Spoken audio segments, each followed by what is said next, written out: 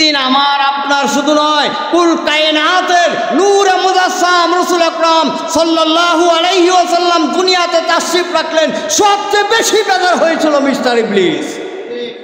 আজকে যারা দয়াল নবীজির নাম শুনলে বেজার হয়, মিলাদে বেজার হয়, কিয়াম করলে মুখ বেকসাবারে বেজার হয়, মনে রাখবেন যারা শয়তানের দল। আমরা চিনতে ভুল করি নাই, ঠিক কিনা? আপনারা তারপরও শয়তানের দলের পিছনে নামাজ পড়েন, ঠিক আপনাদের ইমানের উপরে। যারা নবীকে মিয়াবাড়ি মনে করে, যারা নবীর সামনে দাঁড়িয়ে কিয়াম করতে বেদাত ঘোষণা দেয়, আমার নবীর ইজ্জত দেওয়ার বিরুদ্ধে কথা বলে, ওই শয়তানের পিছনে ইমানদাররা নামাজ পড়তে পারে না।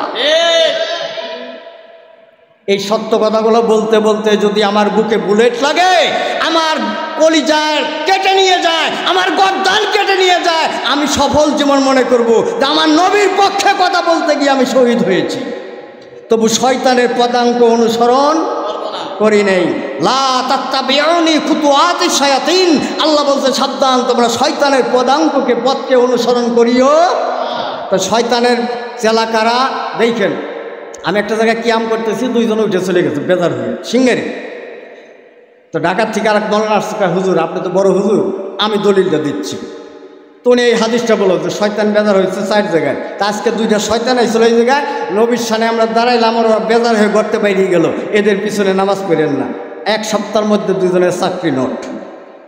বুঝলেন? শয়তান চিনে রাখবেন, যারা নবীর প্রশংসা শুনলে বেজার হয়, ঈদে মিলাদুন নবীর বিরুদ্ধে কথা বলে, নবীকে দাঁড়িয়ে সম্মান করার বিরুদ্ধে ফতোয়া দেয়, এরা দলিল মোতাবেক শয়তানের ভাই, শয়তানের ভাই, শয়তানের ভাই। কথা ঠিক না বেঠিক? কারণ তারা এখনো ইমানদার হতে পারে নাই।